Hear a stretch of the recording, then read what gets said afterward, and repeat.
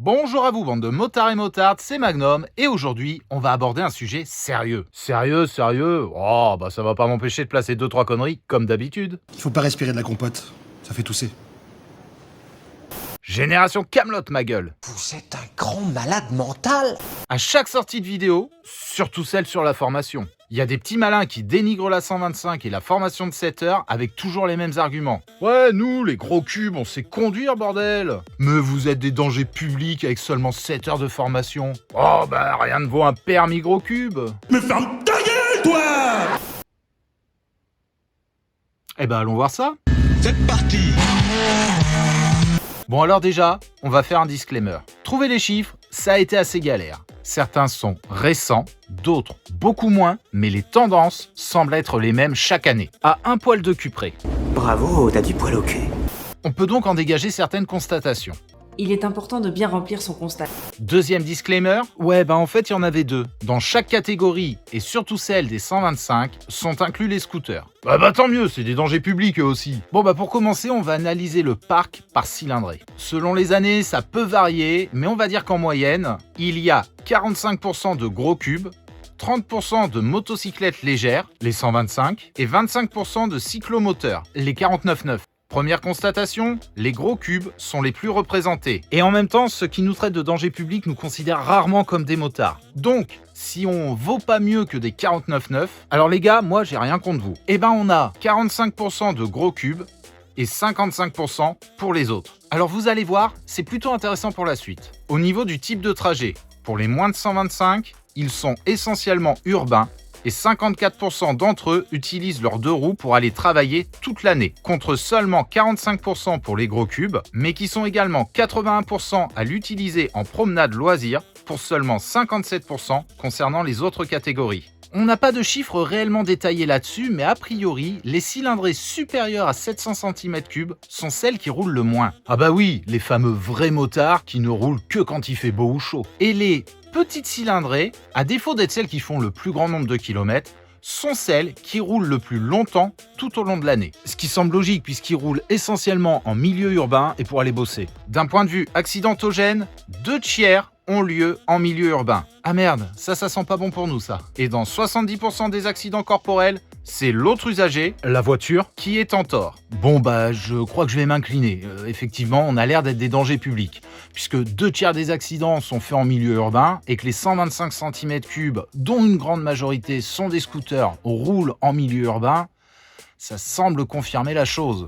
Parce que même si dans 70% des cas, c'est l'autre qui nous a pas vus, c'est sûr qu'en roulant comme des cons, en zigzagant, en ne respectant pas le code de la route, on l'a quand même bien aidé à nous renverser. Donc, ok pour moi, vous avez raison. Les conducteurs de 125 avec une formation de 7 heures sont des dangers de la route. C'était Magnum, je vous dis à très bientôt, prenez soin de vous, V à tous.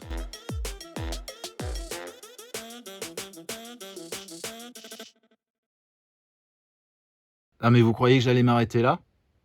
Honnêtement ?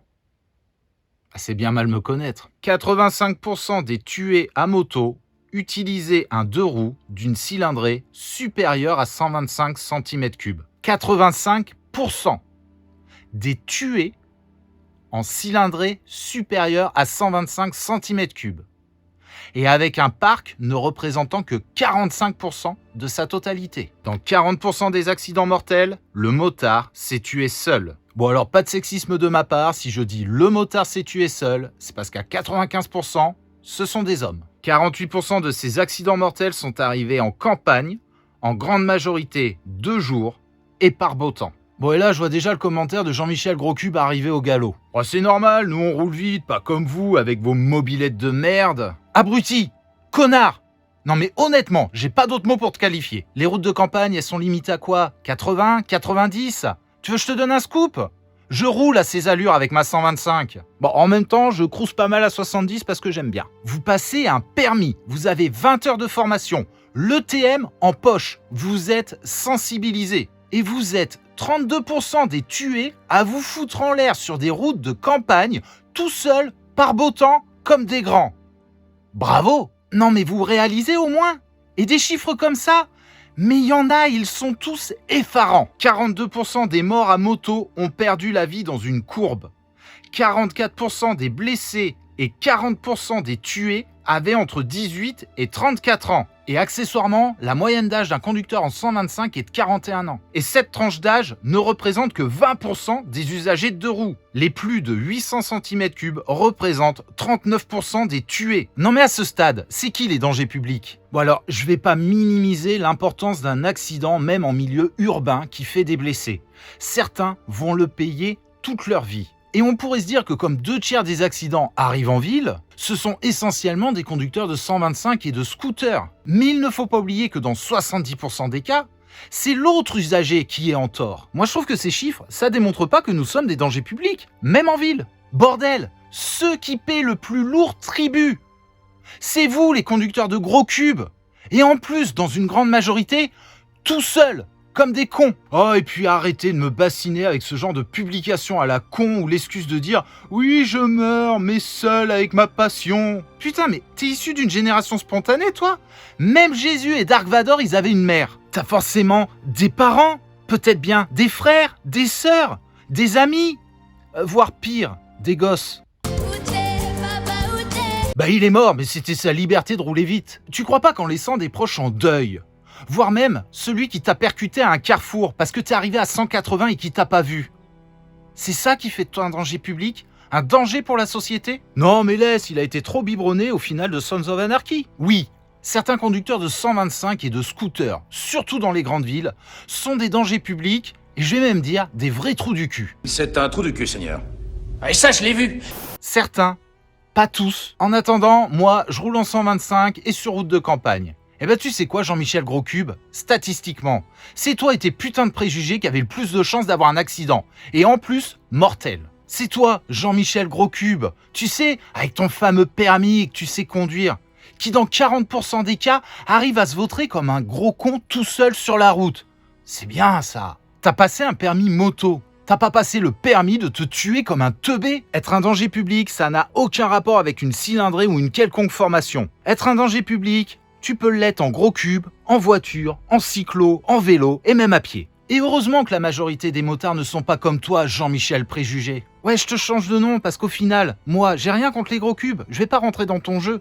Y a pas de guerre entre 125 et gros cubes. Et si t'avais 2 neurones pour te renseigner avant d'ouvrir ta grande gueule sur les commentaires, tu t'apercevrais que depuis des années, la mortalité pour les 125 et moins, elle est en train de chuter. Pas comme celle des gros cubes. Si tu pouvais arrêter de polluer les commentaires de cette chaîne avec tes réflexions à 2 balles, il y a plein d'autres chaînes pour ça, vas-y!